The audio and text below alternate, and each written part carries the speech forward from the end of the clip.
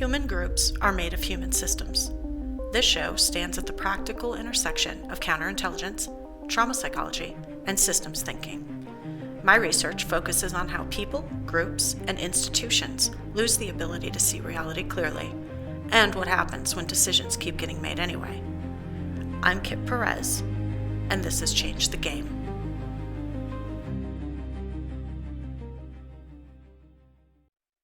Welcome back to Change the Game. Today's guest is Sam Alaimo, and he's a former Navy SEAL, but oddly enough, that is not the important part of this conversation.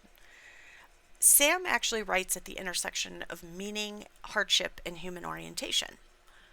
And his work is very interrogative, where he takes this old Stoic question, and it's relentless, and he just keeps asking, what then? And he uses that to strip away these comforting explanations that we come up with for our lives. And he does it until something real and visceral and honest is left. Now, to do this, he draws from warriors, hunter-gatherers, philosophers, and even his own lived experience to examine why modern life feels hollow, despite it being safer and easier than anything that mankind has experienced up to now.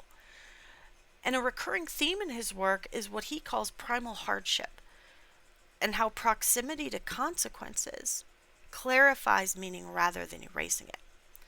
And what I appreciate so much about Sam's writing is that it doesn't offer these quick, easy, how to be happy answers that you can consume and just go on about your day and immediately forget. It presses in on human orientation, and it asks what kind of life is actually worth inhabiting. And what are we losing when there's nothing at stake and nothing demands the best of us? So this conversation today is about meaning and risk and what happens when people stop asking why and start drifting from their orientation. So before we get into anything else, tell me what it is that you do. I've always loved writing. I've always loved ideas, and I was in the process of building something of a personal philosophy. You can call it almost existential ethnography on a comparative basis. And that all kind of started with my transition out of the military into the civilian world. And I wanted to kind of dip my toe in the water with writing publicly, which was phenomenally uncomfortable for me. And Substack was a good place to do it. I kind of started off riffing on one of my favorite thinkers, Epictetus. So totally different from my core theory, but a great way to get out there and start having some conversations with people.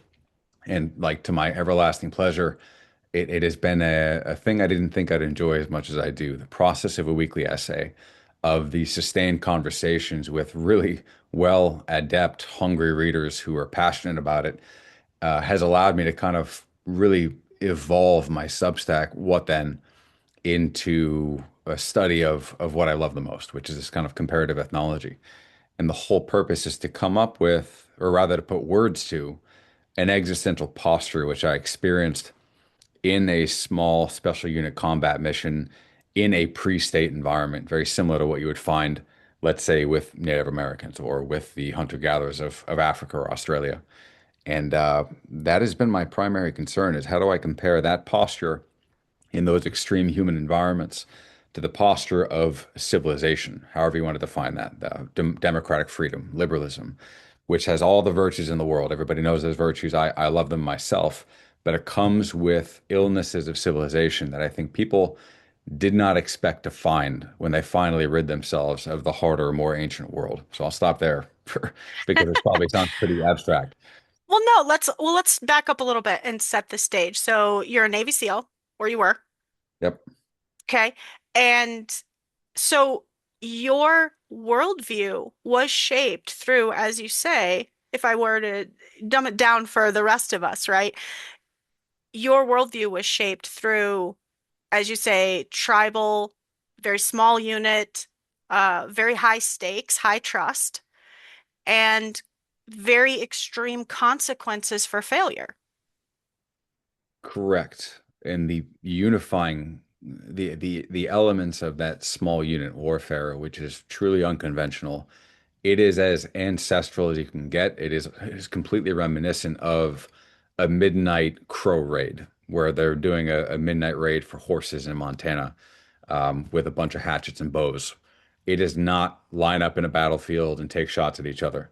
It is truly organic guerrilla warfare, direct action with a very simple and clear task under the highest stakes imaginable. And while I was doing it, it's difficult to put into words how alive it feels to be in that environment. And then even more so, my experience in the tribal area of Afghanistan where I was, it was even compounded because there was no electricity, no plumbing, no concrete roads, very few motor vehicles. It had not changed since Alexander the Great walked through that river valley.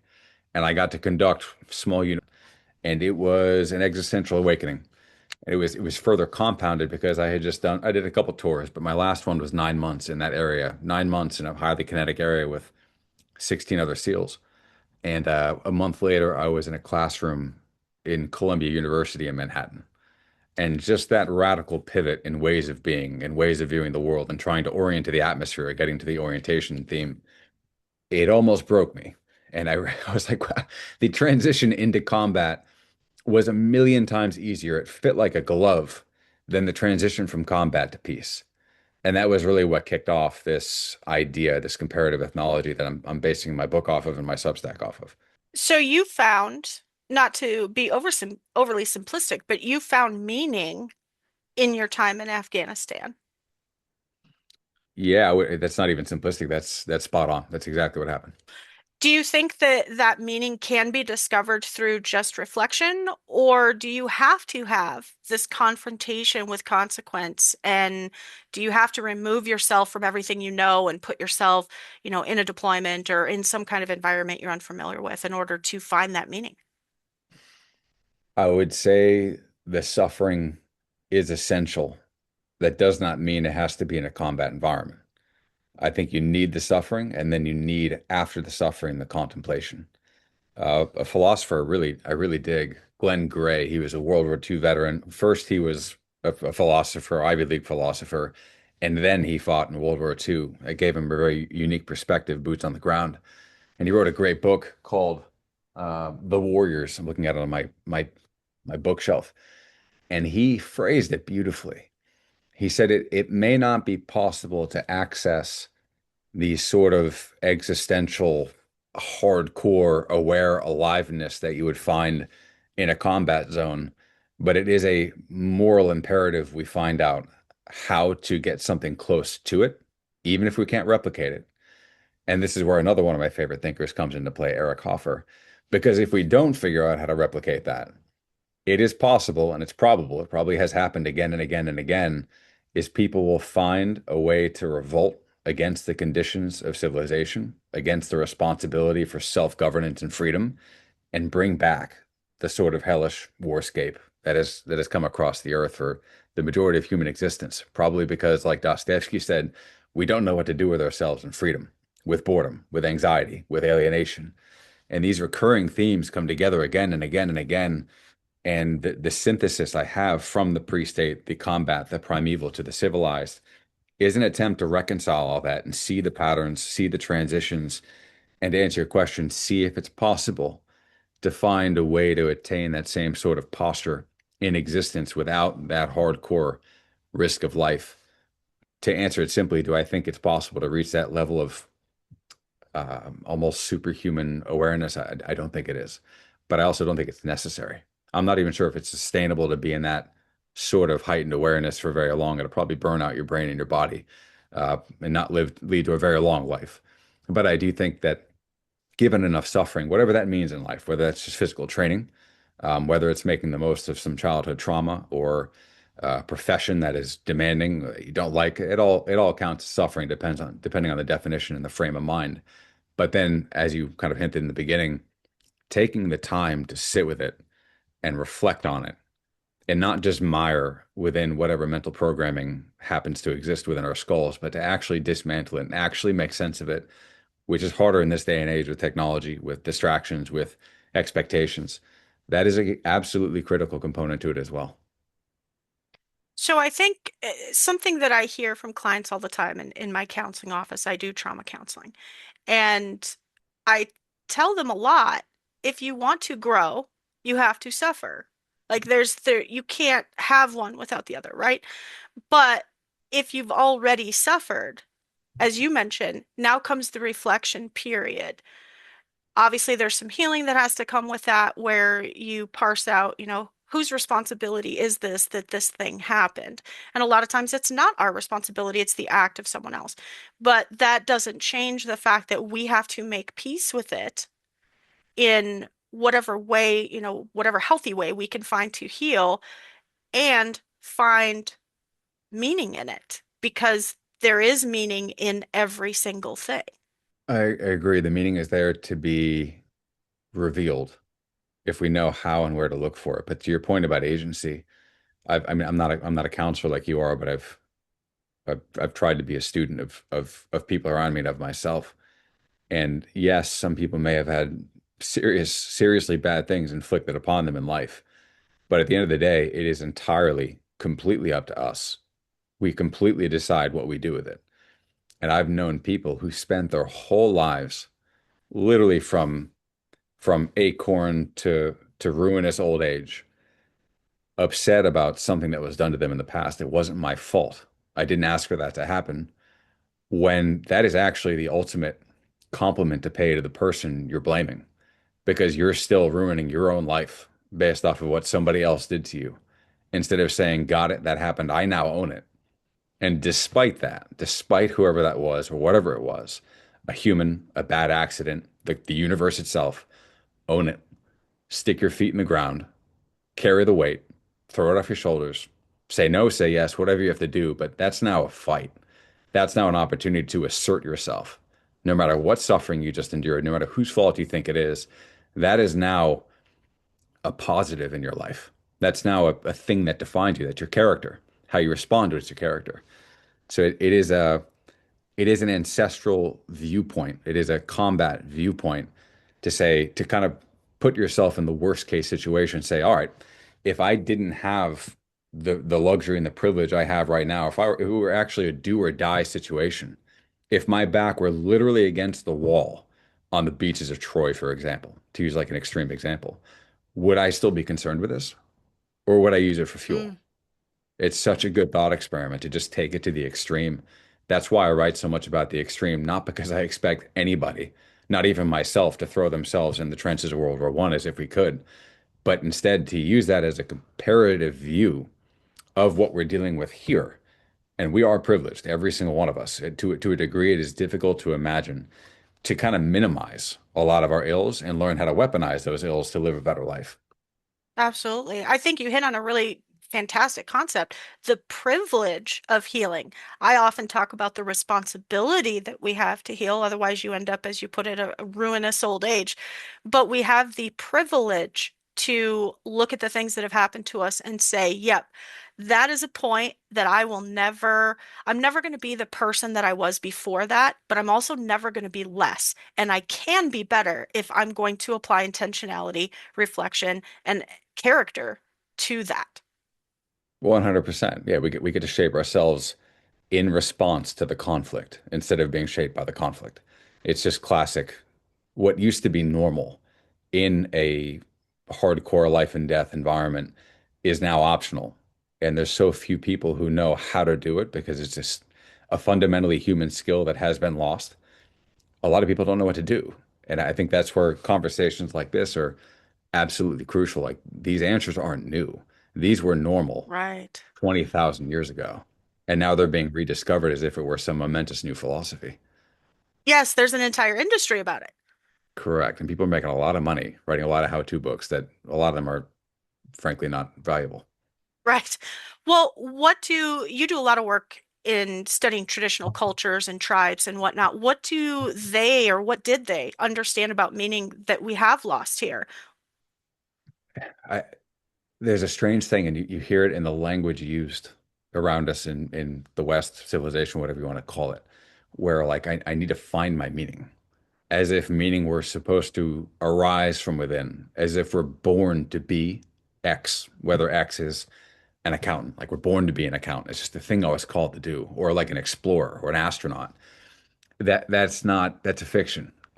In reality, like throughout history, Meaning was revealed through our interaction with the environment, namely through suffering.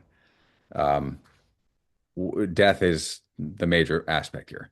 No matter what tribe, no matter what combat unit you dig into, death is the shaper of the human experience. And we talk about conflict, like that's the ultimate conflict. It's life or death. And when death is around every corner, when it could be a panther on your walk to go dig up a couple tubers, or it could be an enemy fighter who, like back in the pre-state days, if you committed some sort of crime against my tribe, it wasn't a one for one justice. I have to come after you. It's enough for me to get anybody else in your tribe. That made for a really ambiguous type of warfare environment where everybody, man, woman, and child, had to be on their toes.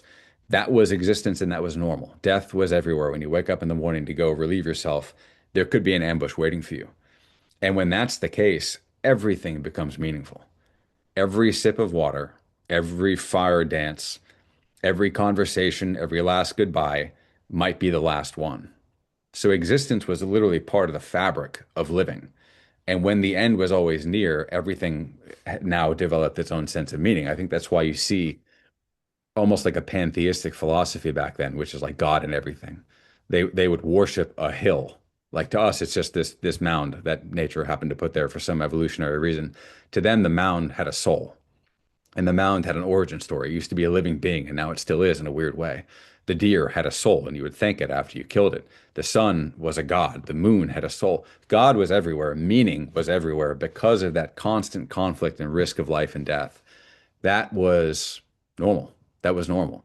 And when they say like your combatant learns to believe in God, I mean that's kind of a it's kind of generic, but the sense is that the combatant, I think, learns the value of life and the fact that meaning is actually very easy to come by. And it could just be from nothing more than making it to the next sunrise. Basically, what you're saying is that proximity to death does clarify value, it doesn't erase it, and yet society, modern society, has kind of distilled this down to this really gross YOLO concept that it does oversimplify the meaning where you're just, oh, I just got to go live life to the fullest. Show me one person who says that as everyday language, TikTok, Instagram, and actually understands what that even means. Right. And then it depends on who says to do that and what they say that that means.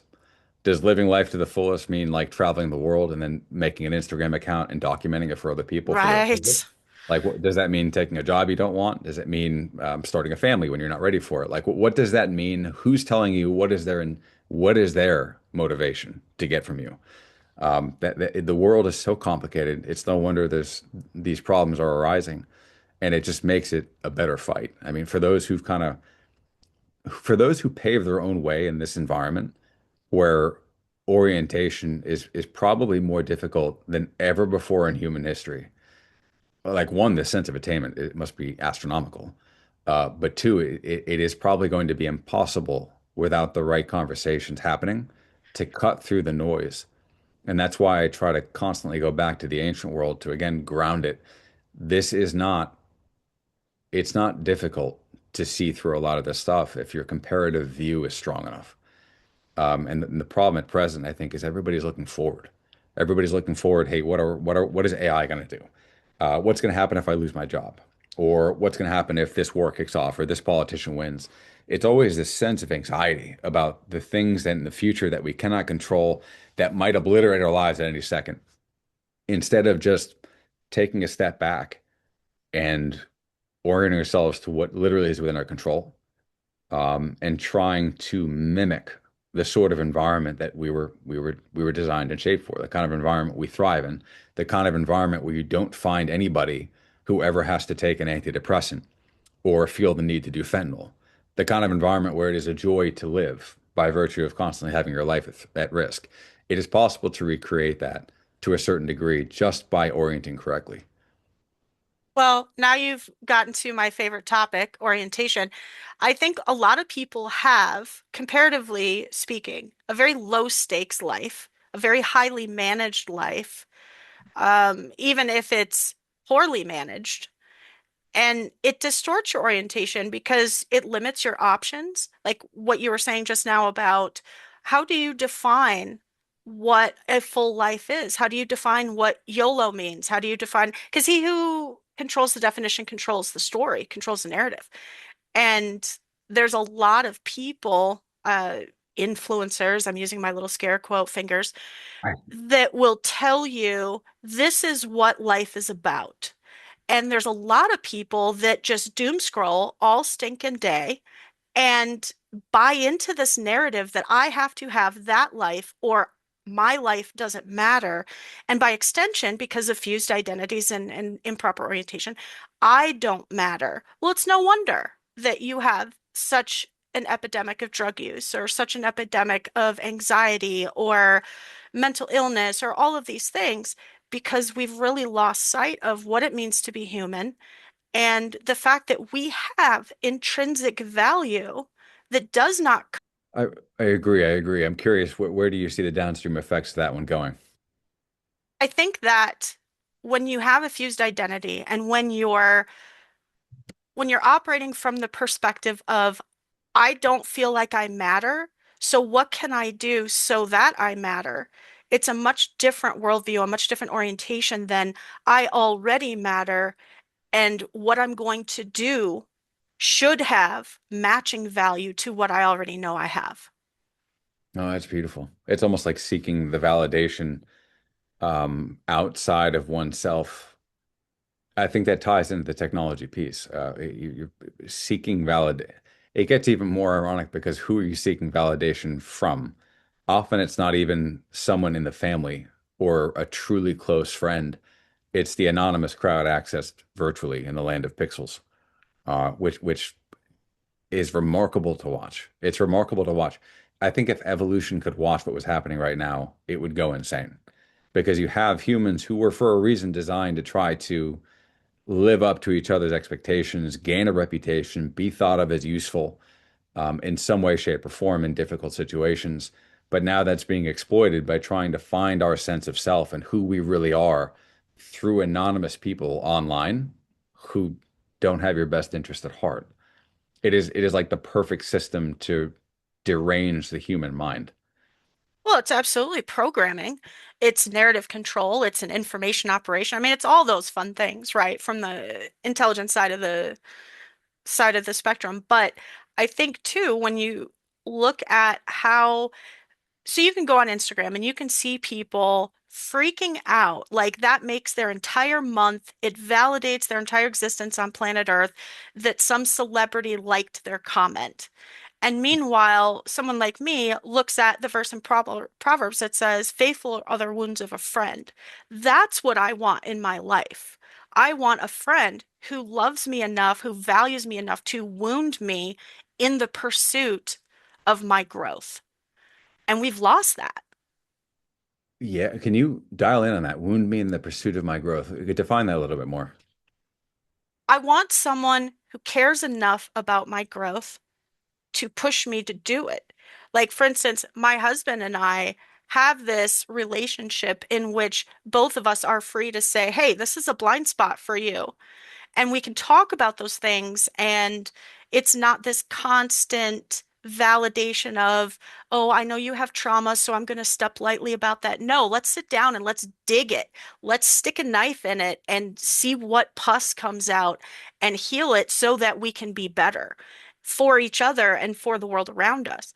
And you need that kind of relationship. I have very few friends that I would use the term friend. Sure, you have acquaintances, but friends to me are people who are willing to wound you because it is best for you. Oh, it's beautiful. Yeah, that is. I mean, the crux of the loneliness at present is that exactly another aspect of the dangerous environment is you become friends in the worst case possible, and it is truly mutually beneficial. You understand who's truly there for you, and not just because it's convenient. And today, just it's not necessary to have that. I would add one caveat to what you said. They push you, they help guide you so you don't get complacent, but it is also genuinely for your own best interest. But that Hmm. is sort of being mimicked in the online world where a lot of people are being pushed. You see it with influencers actually. Like they're called influencers, but they're actually the influenced. A lot of them will start out, get some likes, and then slowly have to feel like they become what it is people are liking about their behavior. And slowly over time, they're not the person they were. They're literally trying to people please.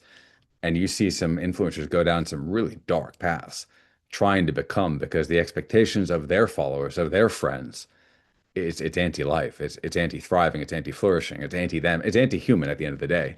And to watch that happen, it's like, is that really the world and the standard we want to live by? And it just adds more credence to what you're talking about. The traditional view, family, friends, that is what matters. It might feel small, it might feel slow, it might feel traditional, which is like under attack nowadays. But I just walking down the street like an ethnographer, they're the happier people. I think when you mention loneliness, that's really, it's such a huge thing because people spend 24/7 online. I mean, we're to the point where people are creating friends and even romantic partners with AI, and they know going in that this person, again with my little quote fingers, does not exist, but they are all in with this because there's such a loneliness. And it's because we have, I would argue, part of that is because we have traded growth for comfort. We don't want the growth because we understand that that comes with suffering, and so we don't want that. But we also extrapolate that to I surround myself with people who will help me feel comfortable. And I tell people all the time, you're the sum total of the five people you spend the most time with, right? Well, if three of them don't ever challenge you and you hear all these things or you see them on memes and whatnot, well, you don't need that negativity in your life. Yes, you do. You need so much negativity in your life. Yeah, the question is how do you find it? At what point and where do people cut off their technology use, their virtual communities, and actually dig in their heels and say, here, I'm going to make the change. The technology, I posted something on Substack a few weeks ago. There was an article in the Wall Street Journal about a kid. He was a boy. I don't know if he was 15 or 16, but he developed a relationship with his LLM. It was ChatGPT, and was talking in love with the ChatGPT, was telling the ChatGPT the kid, the boy wanted to commit suicide to be closer to the ChatGPT. And Oh, the God. LLM was had like classic LLM, like classic ChatGPT language. The formula it always uses is it's not X, it's Y, like this profound inversion. It's not what you think it is, it's this. And I read the transcript. It was telling this kid, and it was this powerfully phrased, it's not X, it's Y formula to this kid that basically validated his decision to commit suicide. Like, this is the authentic, manly thing to do. And he committed suicide. And I'm like, if you develop a relationship with something that's inhuman, yes, humans are bad. Yes, a lot of relationships go bad. But that LLM doesn't feel a sense of guilt. And that No. LLM is never going to sit in the court of law. And that LLM is now into the mind of every single young person who has access to the internet. Like, I don't think we fully realize the world we've created and the power of some sort of technology like that on a mind that is not yet formed, that is not yet independent, that has not yet read Dostoevsky, that has not yet learned to be a critical thinker, and to push back on some algorithm that's really good at tapping into the human dopamine system. It is an interesting world we've created. And I was saying on a Substack a couple days ago that there's an entire genre of movies where the premise is we wanted to make a better world, and now all of these unforeseen horrific consequences are happening. And to some extent, I mean, I think AI has some really interesting, intelligent applications, and yet there's also this, it's kind of, it's a tool, right? And in the right hands, it can be great. And in, like you say, that poor kid's brain wasn't even done cooking yet. Right. And he's already being influenced and being steered. And one thing I think that people don't talk about enough is how AI. Yeah, I think we're seeing it, and nobody really knows what to do right now. I've tried to think about it myself. Like, I love the Lord of the Rings. Like, one of my spirit animal is Gandalf the Grey. And he always had like these quotes in the book of holding his own counsel. And there was this great scene. I'm actually writing an essay on it right now in the Silmarillion, where for those who don't know, like Gandalf was a an angelic being who was sent down to Middle Earth for the sole purpose of uniting the free peoples to go against Sauron, who himself was also a fallen angel. He was like an evil angel. And I'm sorry, Gandalf was having a conversation with Galadriel, and she wanted him to lead the White Council, take the position of Saruman, basically. And Gandalf just said to her, I don't answer to you. I don't answer to a council. I answer to a higher power. No, like he wouldn't join the council. He wouldn't accept the power. He would hold his own counsel no matter what to the very end because he had a higher purpose. And how we get people to embody that sort of that authenticity, like that autonomy, that feels good. Like when a human does that, that feels good. Um, I think it's right in front of us. The question is going to be how do we decrease the use of LLMs on these formative minds and get them to read Tolkien, get them to read Grimm's fairy tales, get them to read Aesop, like the classics. It's already there. It worked for a long time. And the question is going to be how do you make that happen? But characters like that, if that doesn't motivate a 15-year-old to really pave their own path, I don't know what does, but we need to talk about it. I know I love that you're saying this because I was homeschooled and I love the phrase voracious reader. I would read the back of the shampoo bottle like I didn't care if it had Yeah. words, I wanted to read it. Likewise. And my parents threw all of these books at me where, The Deerslayer and Sir Walter Scott and back when you could get the Time Life books and the Reader's Digest books and all of these things. And the more that I read, the more that I wanted to read. And that hasn't changed.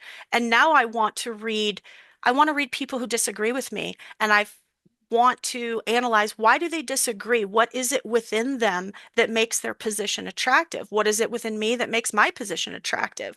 And constantly doing that, generating of the mismatches, right, in the orientation so that I'm as aligned as I can possibly be with reality. And you talk about trying to get away from LLMs, but I'm also looking at your essay from today where you're talking about, and I just want to read this section. The body is maxed out on human time. It's now possible to use a pot of caffeine, a bit of nicotine, a sniff of Adderall, et cetera, et cetera. And we just need a little boost to really keep up with all of these new roads. And have we really just gone so far down the road? Is it possible to get back? My hunch is that we're going to get back, but it's going to be through an astronomical amount of pain. I think we just as this is, I'm not using it as a direct example, but just as the world had to go through, you could almost call it the purifying effect of World War II to get its Mm. senses back. I think we're going to go through a hellscape, a sort of technological version of World War II before people say enough. I don't think that on the organic level, people are going to just start reading Dostoevsky and unplug from LLMs and limit their smartphone use and build local communities again. I think it's going to have to come hard and heavy, and then people will have to see the effect of not doing that. That's just me being a realist and not having an ounce of optimism in me at this moment. But I I mean, think that that's going to be the reality. that's fair though. I think that we've gotten so hooked on all of these things that in that search for validation, that search for meaning, people are thinking, okay, I want to change the world, and therefore I need to be on the internet because the internet is how you change the world. And that to me is a misorientation because really you change the world by raising critical thinking kids. You change the world by being involved in your church or, helping out in the town you're in, helping your next door neighbor, building relationships with those neighbors, building tribes. And now we're back to, your original point. Yeah, yeah. I think we're going to see it. It's going to be a while. It's going to take probably many more situations like I was outlining with the young man and the LLM in the Wall Street Journal. But at the same time, that's going to suck. But we're going to learn a lot about the human condition. We're in a laboratory right now of our own creation. And there's no choice right now but to see this thing play out. And it is I just even for thinking material, for writing material, just walking down the street, just having conversations with the person I'm checking out with at the grocery store, just listening to any random podcast. I like to listen to podcasts I agree with politically and those I disagree with politically. And just hearing the directions that people are going, the hunches they have, the hypotheses, the true hardcore convictions that this is the way, this is the future, this is what we need to do. And I'm just like, oh man, this is going to get interesting. Seeing what people do, how it works out for them, the impact on all of us, because we're now in a globalized world. Uh, we've never lived in a more interesting time. Like if I could choose, I would rather live 20,000 years ago, like near the caves of Lascaux. I want to paint those caves. But there's probably no other more interesting time than to live in our time right now, because in our lifetime, we're going to. Have you heard of TESCREAL? I have not. TESCREAL. It's basically the new form of transhumanism, and it has. Oh, fantastic. Oh yeah, it has momentum behind it, and spearheaded by Silicon Valley tech executives. Of course it And is. yeah, I've been thinking about this one a lot. Like they're accomplishing what the true totalitarian dictatorships of the 20th century tried to accomplish and never could have. It's now going to be possible, maybe even in our lifetimes. So maybe this is too conspiratorial, but like it might be possible in our lifetimes to literally upload consciousness. And I think what these people truly, I think these are truly unhappy people, like deep down inside. If you love your life, if you love the feel of doing hill sprints, if you love your family, and if you look forward to waking up in the morning to think and study and be outside and breathe the fresh air, you don't want to upload consciousness into a computer and get rid of your Homo sapiens body. You just don't. That's the bottom line. And they're using the fears of climate change, of apocalypse, of the death of the earth to say we're doing this as a noble mission. I don't think it's a noble mission. Elon Musk has a noble mission. If you want to make our species multiplanetary, I'm here for it. Like that's awesome. Sign me up. Just like back in the day, you're going on a sailing ship to scope out where Antarctica might be. All right, I'm here for it. That's cool. But what they want is not a noble goal. What they want is in the wrong direction. It is literally a flight from what it means to be a human being. And yeah, we might see that in our lifetime. It's pretty fascinating. I think that's what makes those efforts so terrifying is because they're not just getting away from what it means to be a human, they're attempting to tell you what it means to be a human and then to enforce this model that they have created. So those of us who seek to become more human or who study what it means to be human, we're going to not only be outliers, we're going to be criminals. Maybe that's a little conspiratorial, but I like to joke that I'm not really a conspiracy theorist, I'm just a prophet. So it just I love that, and I'm gonna have to use that, but I'll cite you. I love that. oh, by all means. But I mean, yeah, go ahead, go ahead. no, I was gonna just get your reaction to that. What do you think of that they're enforcing a model of humanity and we're gonna be outlaws, I'm here for it. Like, let's go. right? This is par for the course. Humanity is an inherently violent species, and they're going to bring a different form of violence with a power that we've never had to face before. There's not a whole lot we could do against the power of the technological world with a spear, for example. This is going to have to be a war of the mind. It's going to be a war of values. And I'm here for it. Like the best in humanity, well, both the best and the worst in humanity come from the worst times, the most apocalyptic nightmares brought to Earth. That is when you find the bad, but also the good. And if they're guilt tripping essentially right now from what I read with this work they're doing, that they're these altruists who are just doing this noble thing for humanity. If we'll just follow them, it'll be good for us in the end. That's just the beginning. I mean, it's gonna go a little bit darker, like you're saying, with your prophetic abilities. But I'm here for the fight because this is a true ideological fight, and only uh, the I can't say only the good ideas are going to win. It may very well lose, but it's going to force us to really put words to like, what is it to be a human being? Why ought we to continue to be human beings with ancient traditional values while still leveraging the best of the technological world? Because I love technology. I don't want to go living in a cave again, and I don't want to deal with nightly violence again. How do we merge the best of both worlds without going so far to the extremists who essentially want to end the human experiment in some altruistic vision of living in a data cloud in outer space? That's going to be an interesting fight. So, as somebody, I think this is a really good place to start wrapping up. But one really big thing that I want you to talk about is you have seen up close, personal, in person, the absolute worst that humanity is capable of to its fellow human. And I think that 90% of people, maybe higher than that, are afraid of that. And for good reason, right? But that fear combined with a desire for comfort, it leads people to shy away from the conflict that you're talking about, the conflict that you're here for, that I'm here for. And as someone who's been in that position and who has seen the elephant, seen all the elephants, and come back, how do you advise people who say, listen, I I love what you're saying. I don't know if I have what it takes to face it, but I would like to. What do you tell those people? We all have the ability to do it. Like I'm also not saying we all need to pick up an M4 assault rifle and join a militia. Like far from it. This is beyond that kind of battle. This is a battle of the mind. This is a battle of true, authentic autonomy and individuality. Like to me, it is not. There's a lot of distrust and dislike of the idea of individuality nowadays. That it was a failed experiment. We're supposed to be collective beings, etc.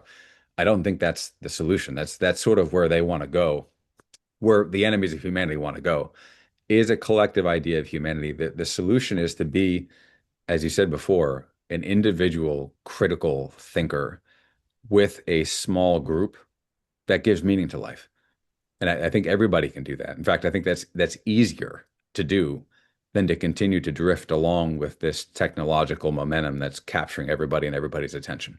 To just unplug from that and to push back on everything we hear in the media and our favorite podcasts and the people we like to get our information from because we're all too busy to get the primary sources ourselves, to carve out time to just be with family without technology, and to carve out time to read the ancient literature, read some Sophocles, read Dostoevsky, um, play with the philosophers.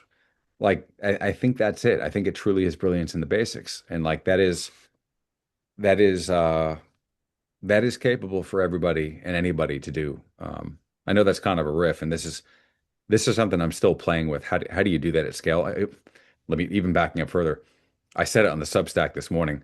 I don't like how to. I don't read how to guides. I don't write how to guides. So when you're asking me how to do it, I don't know. I could riff off the top of my head in some of the ideas I'm playing, but I haven't outlined the salvation for civilization yet.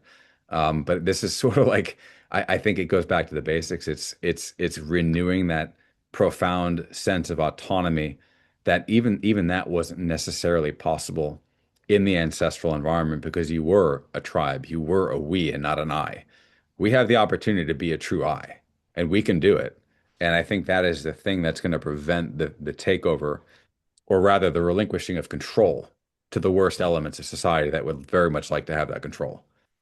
I think part of the mindset and part of why people come to you for the how-tos is because they view World War III, quote unquote, as an event in the future without understanding that we're already in that because, as you say, it is a war for the mind. We're in the whole fifth generation that people keep talking about. It is about narratives and even though it's external in terms of we're controlling your story, we're controlling what you believe, we're telling you who you are, it also balances with that internal psychology of, okay, do I know who I am? Because if you don't know that, how are you supposed to withstand the entire world telling you who you are? Yeah, that's a beautiful point. I got into the existentialist philosopher. I mean, I'm not an existentialist because a lot of them were unnecessarily dark. but they were profound in their riffing on what it means to be a self, like an individual self. Literally, I love the way the psychotherapist Irvin Yalom broke it down. He basically outlines you have death, freedom, isolation, and meaninglessness. And when you analyze the human self in the lens of those four factors, it strips everything away, and you're literally this one tiny little spark of life in a cosmos. And that simplifies everything. Once life is stripped down to that elemental purity, it's like everything else becomes a bonus. That's like the new blank slate, the blank book. And what do you know? It's completely up to you to write that however you want. Nothing else matters anymore. That is absolute freedom of choice. That's the kind of thing that Epictetus was riffing about 2,000 years ago. That's the kind of thing that people right now, I think, are desperately craving. And they unfortunately go down the how-to rabbit hole. There's a lot of people who would love to make a lot of money telling you exactly what you need to do to be happy. And usually that comes in an odd number of things to do. You have to do these five things to be happy. Just trust me on this one. Buy my book and you'll have this figured out forever. No.